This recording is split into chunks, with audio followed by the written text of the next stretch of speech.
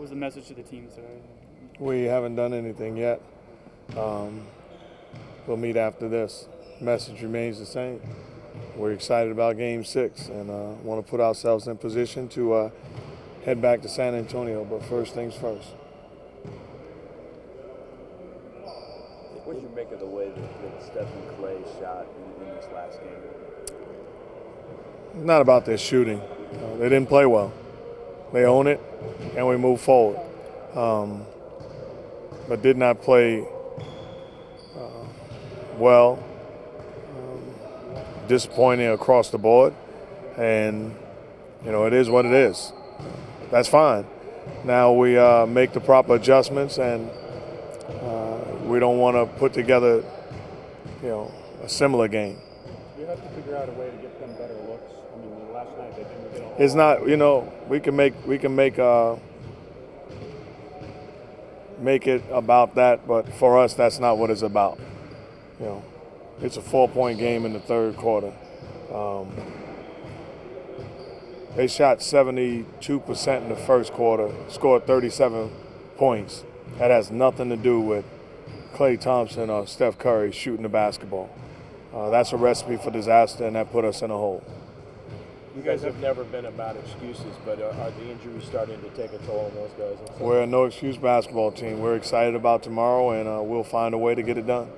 You guys have not lost consecutive games in the playoffs so far. What is it about this team that's been able to bounce back? Well, we are our habits, and we have a tight-knit group that able to make the adjustments, own it when they don't play well, and bounce back. And I have no doubt that will take place again. That's kind of been the character of the team all year, hasn't it? When you need them to do that, they've always been able to do that somehow. Well, the great thing about it is they know when they've, I've been an athlete, and I know how guys can fool themselves and think that the coach is wrong or they played well. I don't have that type group. They'll be the first to come to me and say, I let you down and I didn't do my job. They don't fool themselves, and it's refreshing. And because of that, they put themselves in position to be able to bounce back and not make it a stretch of, bad performances. Coach, what's it been like coaching against Greg Popovich? Oh, he's a future Hall of Fame coach. To me, he's one of the greatest coaches in professional sports or on any level. So it's been great. Mark, what have you learned about your team during the playoffs that you didn't know before that gives you hope, confidence for tomorrow? Nothing. They are exactly who I thought they were.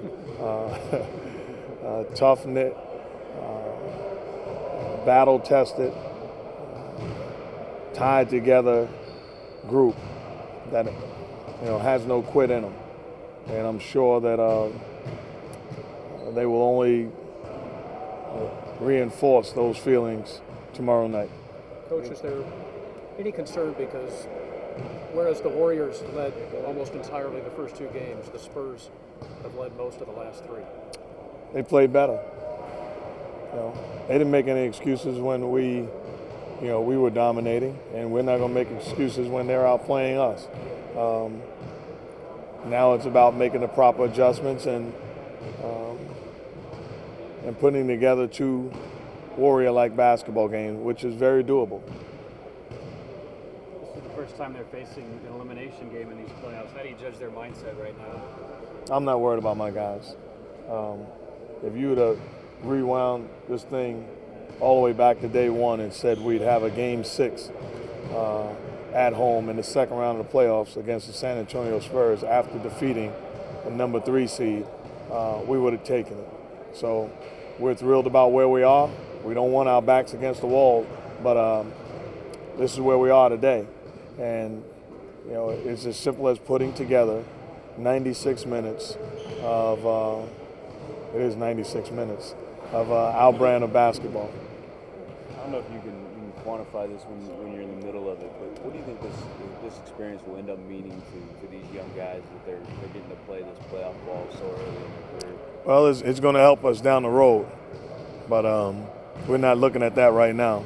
We have a task at hand, and that's playing against a tough basketball team in a Game 6 in our building, which will put us in position to face a Game 7, but first thing is first. You know, nobody's 100% on either team. And he's battling, he's grinding, he's giving us what he has. I think he's played, extremely well. And, he's part of the reason why we're where we are today. And I expect him to do it again for 96 minutes. Conversely, David Rainey, minutes went up again last night. He had 12. Seems like he's getting better every game. Just keep an eye on him, and he's giving us great minutes on the floor. He's giving us a burst every time we put him on the court, and just want to continue to allow it to grow and see where it goes. But he will not be playing major minutes. That's not going to happen right now. What do you think about the minutes you've been getting out of Carl these last two as a starter? He's been very good. He gives us another offensive presence on the floor. I think he's doing a very good job defending and rebounding and competing. So I think he's been giving us very, solid minutes. Mark, as good as Parker's been, it seemed like he raised his game last night. What can you do to not stop him, but contain him slowly? Well, when we've followed our game plan discipline, we've defended him very well. When we have not, he's been able to run loose. He's a terrific basketball player. He's a future Hall of Famer, and he's a guy that you don't shut down, He's had his way against great competition his entire career and all sorts of game plans his entire career. So we've just got to trust what we do and do it better. They asked Pop last night when he starts getting involved in the draft process, and he said, if he walks through the gym and there's somebody in there, he might stop. When did your attention go to that? Well, right now I don't have time for it right now. Yeah. You watch it during the year. You watch the guys when you watch college basketball. But right now, you're pretty much tied into this series. It deserves all of our attention. Is there any coach or figure that you look up to? I don't look up to anybody. I look at them. My dad told me that a long time ago. But in terms of motivating your players, someone that you use to motivate yourself and then you use to motivate your players? To me, I really use a lot of everyday experiences. Shakespeare said that sermons in stones. So if you look at just the regular stuff, you can acquire motivation out of it, and that's what I try to do. And great coaches, great athletes, great stories. There are sermons sitting there waiting to be preached.